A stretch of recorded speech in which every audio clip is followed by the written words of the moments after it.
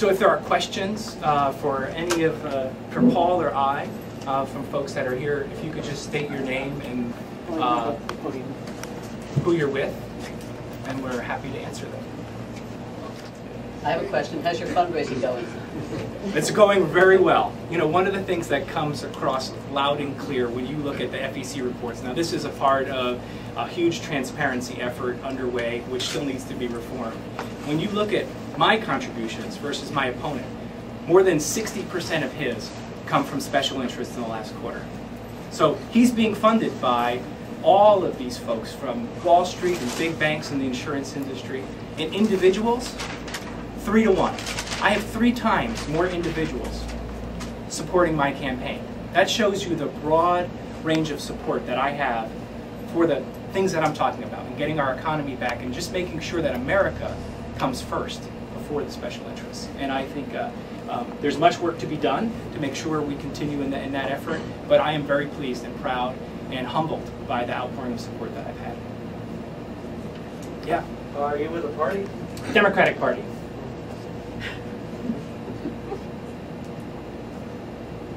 That's an easy one.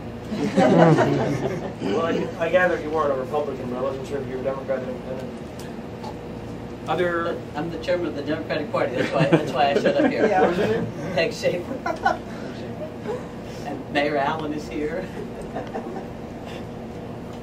Councilman Stabile. Councilman Evie.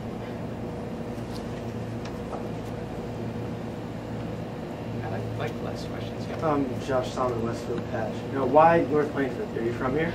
Yeah, I live just down the block, walking distance. And in addition, I think there couldn't really be a better backdrop to highlight, you know, the energy that entrepreneurs have, their willingness to take risks. You know, times are very tough, and if we're going to look at who is going to help us in uncertain, insecure moments, folks that are willing to take a risk like Paul is, are the ones that are going to get us out of this recession. And we have to do everything we can to make sure he has the support from federal legislators in Congress, and as well as the community here in North Plainfield. Yeah. Ray Edison. I've heard you had experience in Washington. If you can elaborate on that a little more. I did. I spent a brief period of time as an Albert Einstein Fellow in Washington, working on education policy, environmental policy. It's a program for math and science teachers to take their classroom experience and shape the policies in Washington.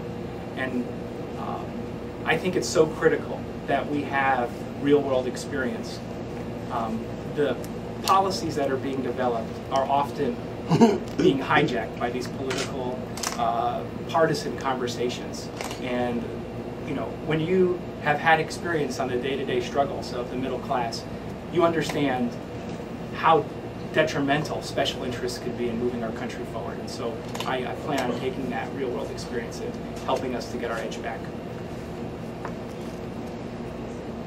I have a question for you, Ed. Oh, Paul, tough one. No, it's not a tough one.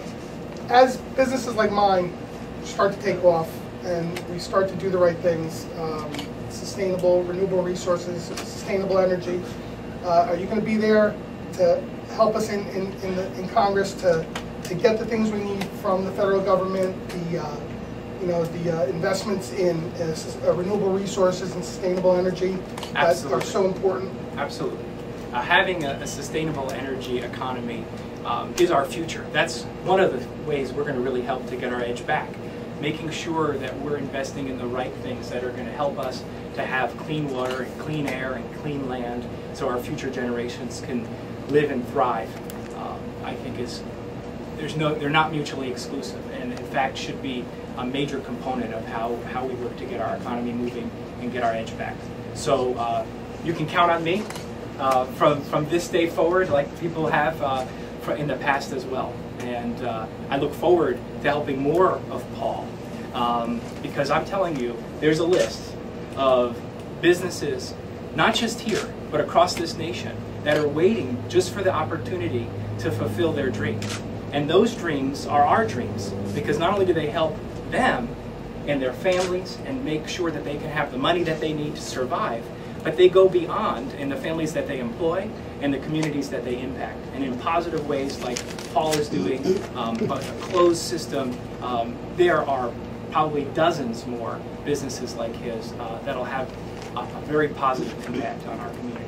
And I want to thank you all for coming. Happy to answer other questions that you might have, sort of mulling around. I think there are some coffee cups, and Paul has been nice. Want any drinks? There's cold drinks in the refrigerator. You can help yourself. If you need coffee, Jessica and Isaac would be happy to get you a cup of coffee. Thank you all for coming. And there's some tools in the back if you want to help out. We could do some gardening, and we could do some sweeping in the back. That's my plan. So thank you all again. That's cool. Thank you, Ed.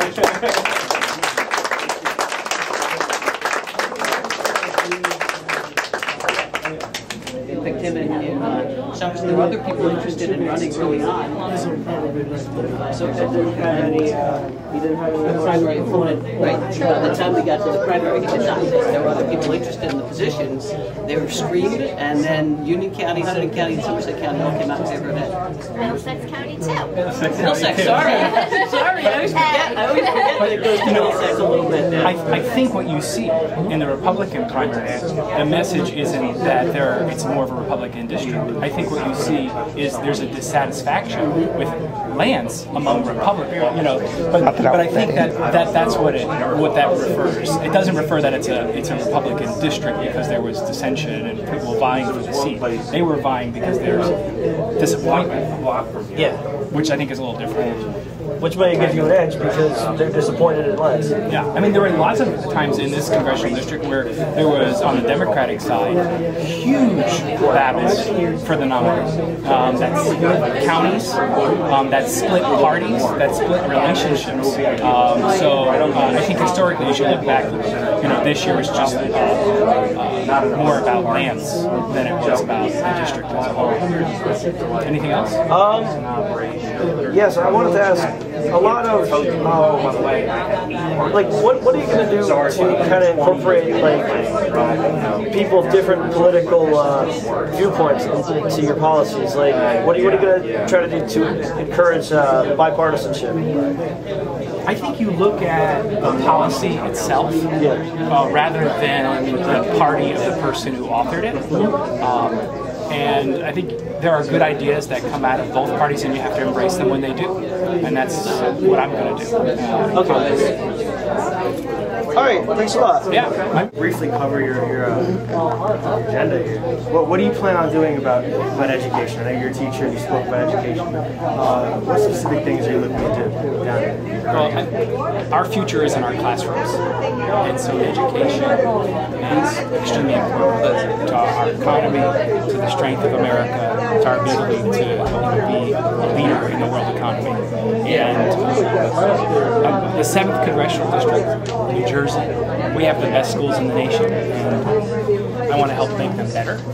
I want to make sure that every student in our state and every student in our country has access to a high-quality education. And even though we graduate more students from our high schools than any other state, there's still an awful lot of students who are not graduating. And